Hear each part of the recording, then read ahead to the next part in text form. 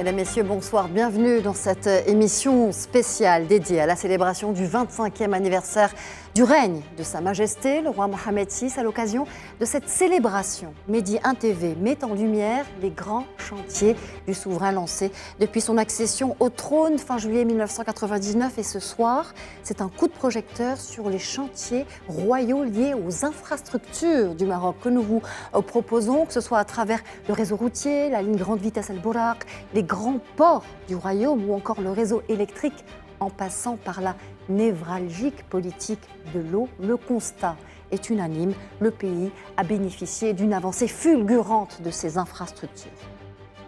Un quart de siècle de progrès grâce à une vision, celle de Sa Majesté, le roi Mohamed VI. 25 ans de progrès salués sur le plan national et international. Il y a quelques jours, c'est le président du groupe de la Banque africaine de développement, Akiwumi Adesina, qui disait, je cite, « Le Maroc vit au rythme d'une transformation spectaculaire sous le leadership du roi Mohamed VI, se positionnant ainsi parmi les nations les plus stables et avancées de l'Afrique ». Pour m'accompagner lors de cette émission spéciale, j'ai le plaisir d'accueillir sur le plateau M. Abdelatif Komat, doyen de la Faculté des sciences juridiques, économiques et sociales.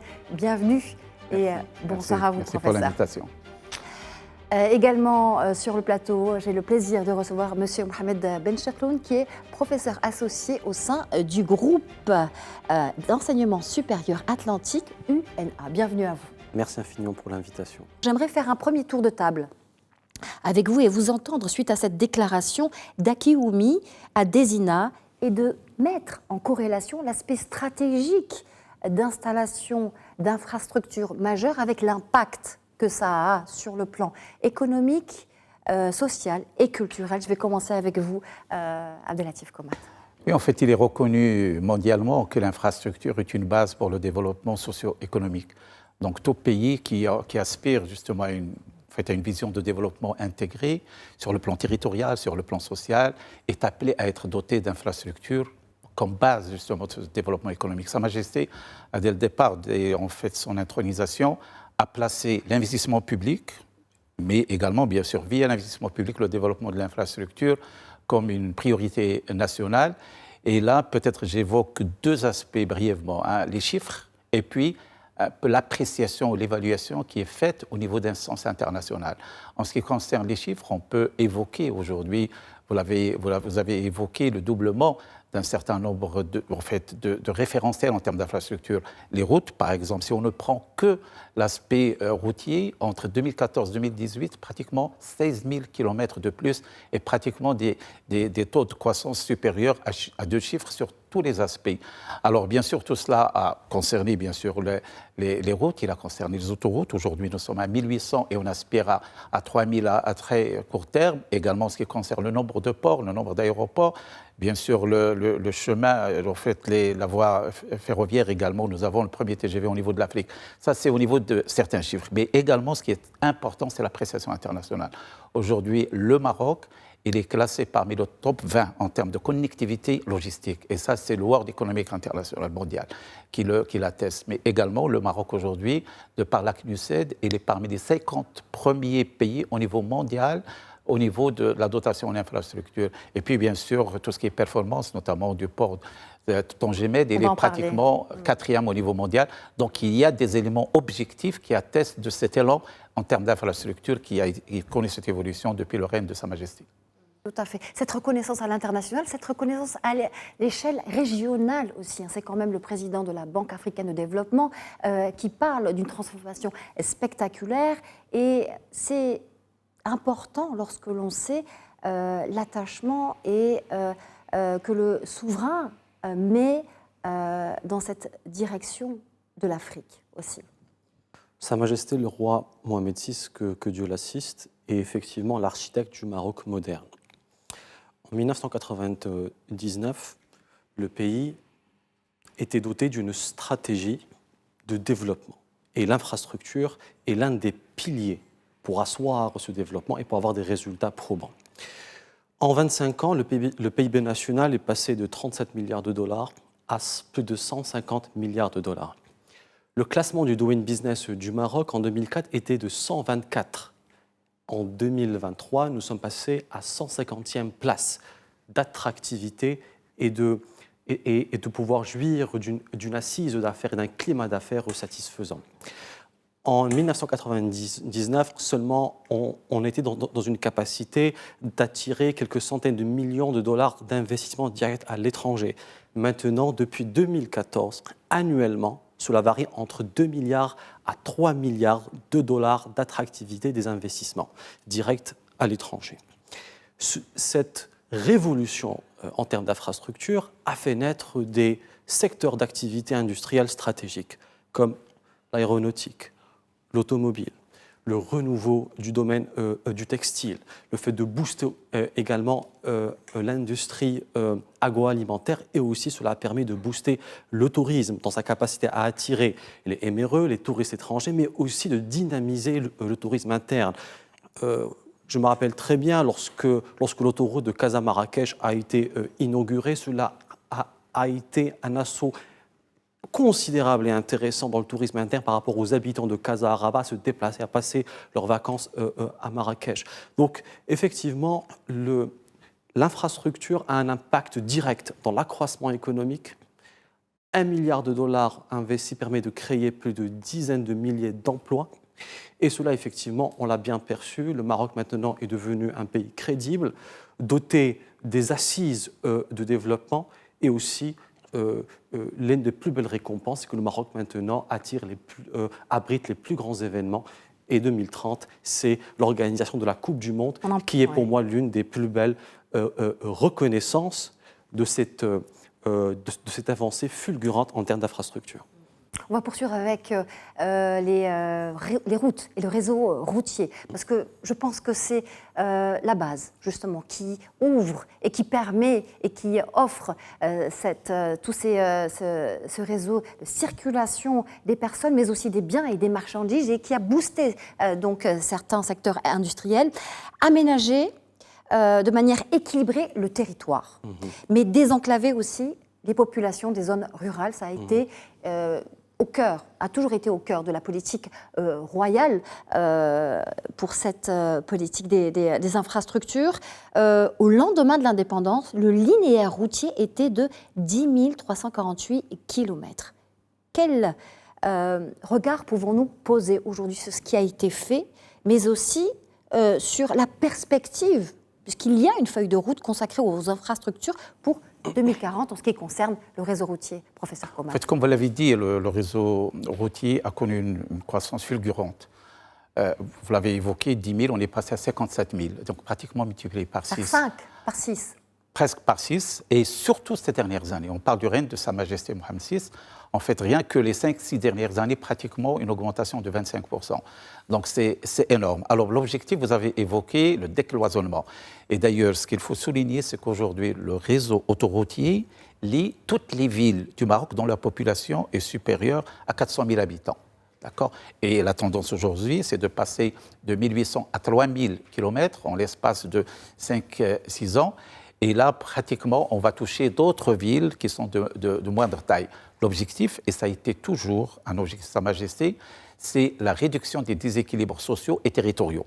Et tout cela passe par de l'infrastructure, parce que c'est l'infrastructure qui encourage bien sûr la mobilité humaine, c'est très important, mais également la dimension investissement, parce qu'on ne peut pas justement développer l'investissement si on n'est pas lié par un réseau routier et par des structures logistiques. Donc l'infrastructure est très importante et c'est pour ça que dès le départ, cet élan a été donné à l'infrastructure.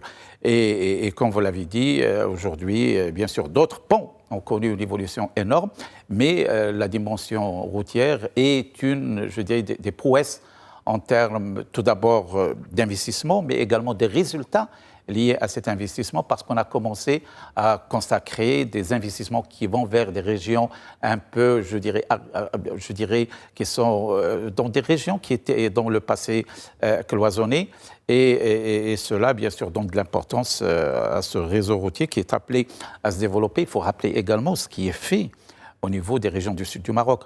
Vous savez qu'aujourd'hui, il y a le projet qui est un des grands projets du nouveau modèle de développement tel qu'il a été mis en place par Sa Majesté lors de son discours de 6 novembre 2015, qui a été opérationnalisé à partir de février 2016. Oui. Et un des grands projets de ce plan de développement, c'est la liaison routière entre Tiznit et Dakhla, qui est de 1055 km et qui est pratiquement à l'étape finale. Et aujourd'hui, il y a une circulation au niveau des marchandises qui, au-delà du Maroc, c'est un point de liaison avec l'Afrique subsaharienne. Et on sait que c'est une question cruciale pour Sa Majesté. Aujourd'hui, ce qu'il y a comme mouvement des marchandises entre le Maroc et la Mauritanie, via la Mauritanie vers les autres régions de l'Afrique, notamment le Sénégal, le Mali et autres.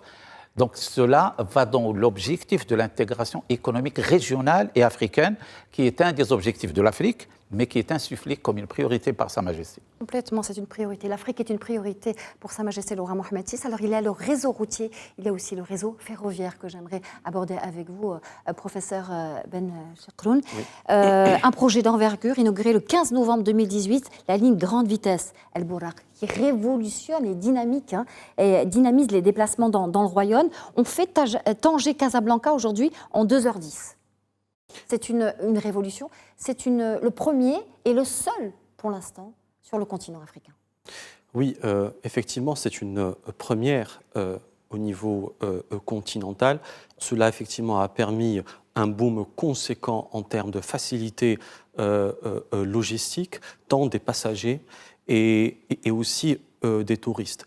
Cela a permis à Tanger d'être une ville non seulement industrielle, mais une ville touristique qui attire non seulement les touristes étrangers, mais aussi les touristes internes. Donc ça a permis une mobilité beaucoup plus accrue et une mobilité beaucoup plus forte.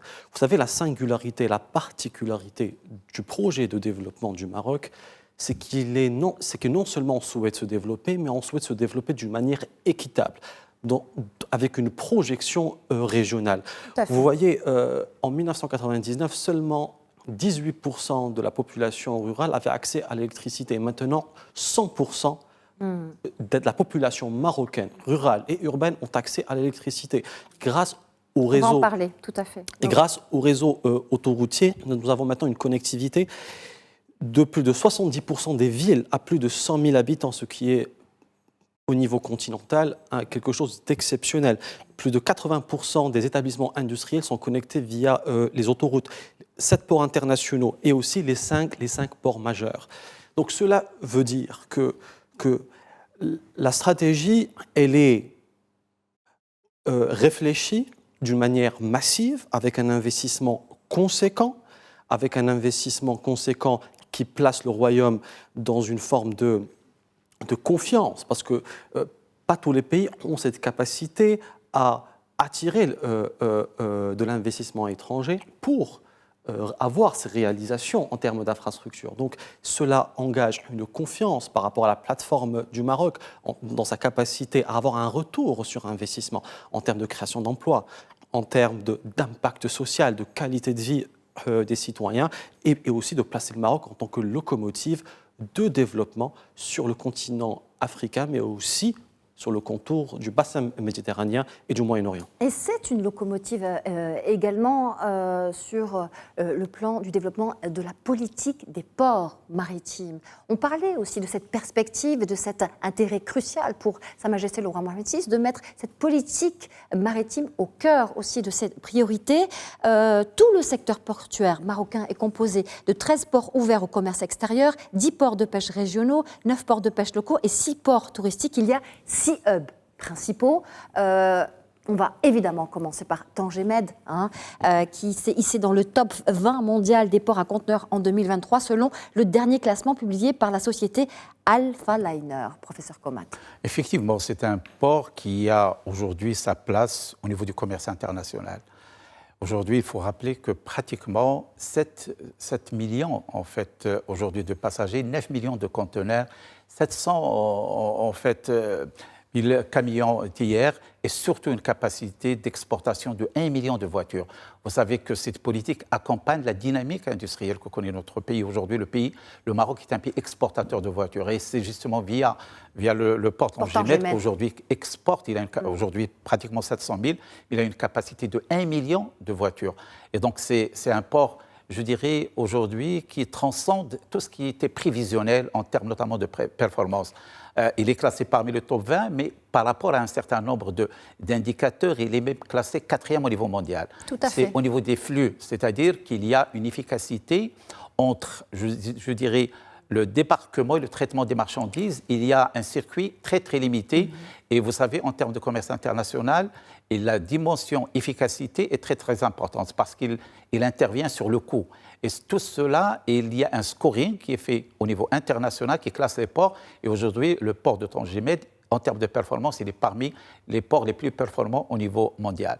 Bien évidemment, cette politique continue. Vous l'avez dit, nous avons en fait plusieurs ports. Chacun est spécialisé dans un domaine précis, mais nous avons des projets phares. Bien sûr, il y a Tangimed, mais aujourd'hui, nous assistons les prochaines semaines à l'inauguration du port Tanger Med-Ouest, qui est plutôt Nador, qui est un port pratiquement de 4,7 milliards de dollars. Donc c'est un investissement de dirhams, c'est un investissement énorme qui va donner un autre élan à la région de l'Oriental. Et puis, il y a le projet phare, qui est le projet de Dakhla Atlantique, qui est pratiquement à 20% en termes d'investissement. Donc on a eu l'occasion de rendre visite dans le cadre d'une rencontre qui a été organisée il y a 3-4 semaines à Dakhla. Et puis, il y avait une délégation qui a vu de visu l'avancement de ce projet. Et là, également, nous sommes sur un projet qui est aux alentours de 10 milliards de dirhams, qui va avoir un impact sur la région continentale, c'est-à-dire la région subsaharienne, notamment les pays du Sahel. Tout à fait. Mais au-delà, donc, il s'intègre parfaitement dans la vision royale, qui est la vision atlantique, qui va être un hub pour le renforcement des relations commerciales entre les 23 pays de la rive atlantique de l'Afrique, mais au-delà de l'Afrique, vers l'Amérique latine, l'Amérique du Nord, etc.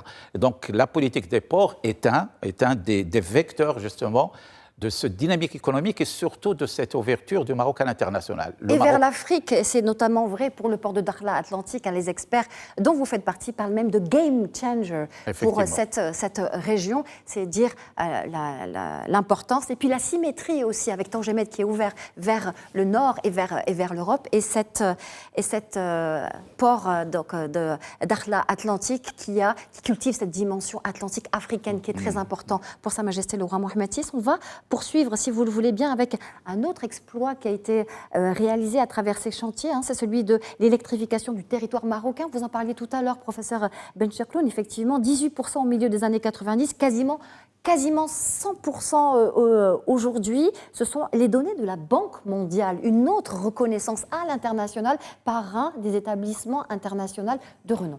Oui, effectivement, c'est quelque chose qui est extraordinaire. C'est une réussite qui est tout à fait incroyable à reconnaître et à s'en féliciter, qui est de passer de 18% d'électrification au niveau rural à 100%. Cela a permis d'améliorer la vie des citoyens, une vie sociale. Cela leur permet d'avoir accès à Internet, à la fibre optique et donc d'améliorer leur vie d'une manière générale, d'avoir accès aussi à l'eau, parce qu'avec l'électrification, on pourrait avoir des moyens technologiques avancés pour avoir accès à l'eau. Donc c'est quelque chose qui fait partie des priorités nationales, l'électrification, mais aussi l'eau. Et l'eau, le Maroc a connu un stress hydrique extrêmement sévère et le Maroc avait mis en place un plan d'urgence extrêmement intéressant par rapport au projet de dessalement d'eau de mer. Nous avons actuellement 11 stations de dessalement d'eau de mer avec 20 à l'horizon de 2030 pour avoir une alimentation de 1,7 milliard de mètres cubes, dont 57% de cette eau sera desservie pour l'accès à l'eau potable, 23% pour l'agriculture et le reste pour l'industrie. Aussi, il faut parler de l'autoroute de l'eau.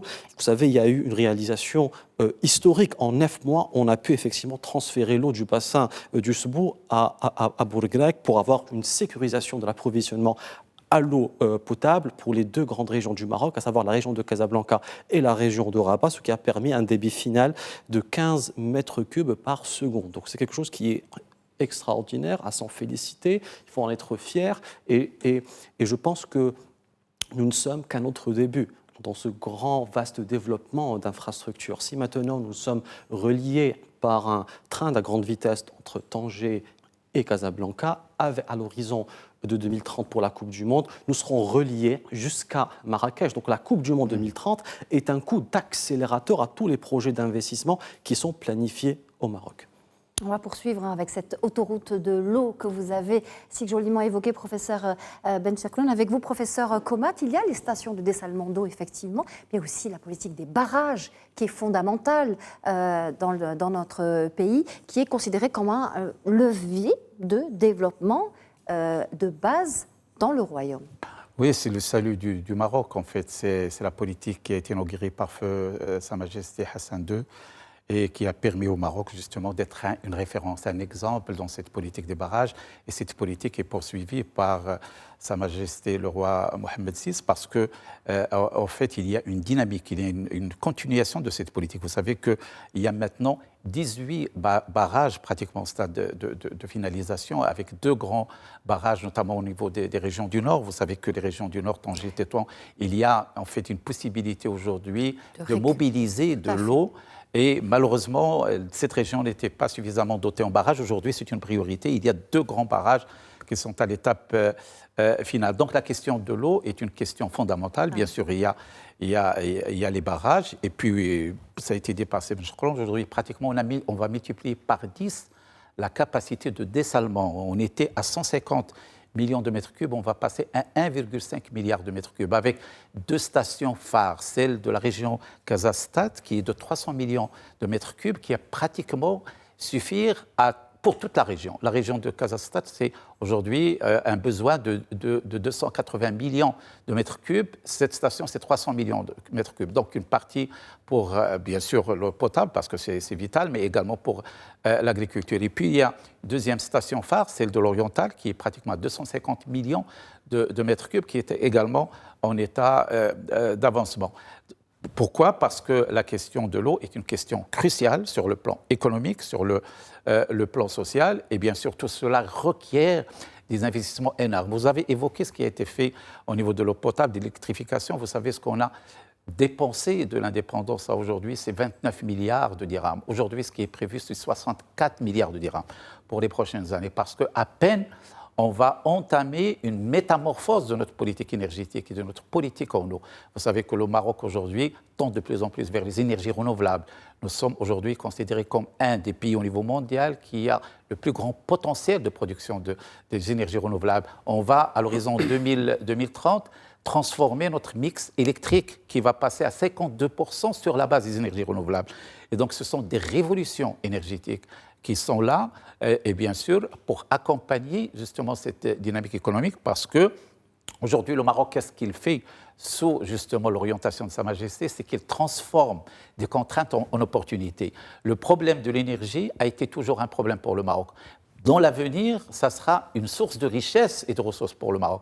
Le Maroc va devenir exportateur de l'énergie. Vous savez qu'aujourd'hui, il y a un afflux des investisseurs étrangers. On a la Grande-Bretagne, on a l'Allemagne, on a l'Espagne, qui déjà sont disposés à investir pour accompagner ces dynamiques en termes d'énergie propre et pour justement importer l'énergie marocaine. Et donc là, en fait, ça a été dépassé, je crois. Beaucoup a été fait, mais on est encore à l'aube d'une métamorphose qui va permettre au Maroc, je dirais, de transcender la dimension de pays émergent pour aller vers un pays développé. L'émergence aujourd'hui, on a tous les atouts. Bien sûr, il faut accompagner tout cela par l'investissement en termes de capital humain, et ça c'est très important.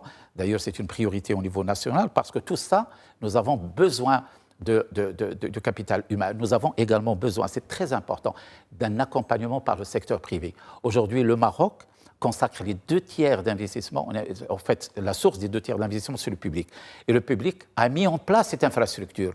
Aujourd'hui, c'est le privé qui doit prendre le dessus et profiter de cette infrastructure et investir. Pour accompagner cette Et donc, ce sont les grands chantiers de l'avenir. C'est le capital humain, c'est l'investissement privé. Bien sûr, le Maroc également, aujourd'hui, attire beaucoup les EDE. Vous savez que on parlait de milliards de dollars. Aujourd'hui, on parle de dizaines de milliards de dollars en termes d'intention d'investissement. D'intention d'investissement, c'est énorme. Parce que nous avons ce qu'on appelle la commission stratégique qui est présidée par le chef de gouvernement.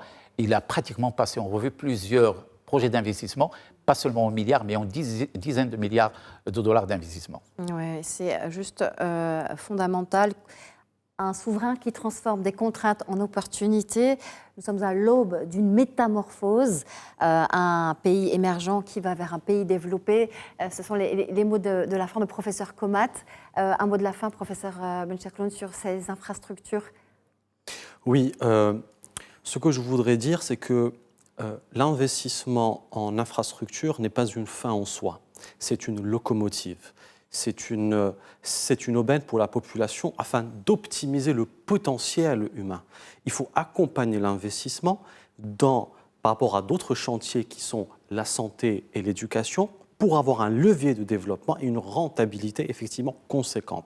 La finalité de l'investissement est de pouvoir créer de l'emploi, de pouvoir maîtriser l'inflation et de pouvoir améliorer la vie sociale des habitants. C'est la raison pour laquelle l'investissement privé doit effectivement prendre des risques supplémentaires pour créer des entreprises, pour investir dans leur management, dans leurs innovations, investir dans la recherche et développement pour avoir des secteurs d'activité compétitifs qui pourraient combler les besoins du marché local, mais aussi continental et aussi vers l'international. Nous avons signé des accords de libre-échange avec l'Union européenne, avec les États-Unis, avec le Moyen-Orient, avec l'Afrique, pour que l'entreprise marocaine ait accès à un marché à plus d'1 milliard d'habitants avec le plus grand revenu. Donc l'investissement est là pour booster le potentiel économique du royaume. Merci infiniment, professeur Bencherloun, d'avoir été avec nous. Je rappelle que vous êtes professeur associé au sein du groupe d'enseignement supérieur atlantique, l'UNA. C'était un plaisir de vous recevoir. Le plaisir est partagé. Merci infiniment. Plaisir partagé également Merci. de vous avoir reçu, professeur Abdelatif Komat, donc doyen de la faculté des sciences juridiques, économiques et sociales. Merci à vous deux d'avoir participé, d'avoir répondu à nos questions pour cette émission spéciale dédiée aux 25 ans de règne de Sa Majesté le roi Mohammed VI. Merci à vous de nous avoir suivis et excellente suite des programmes sur Média TV.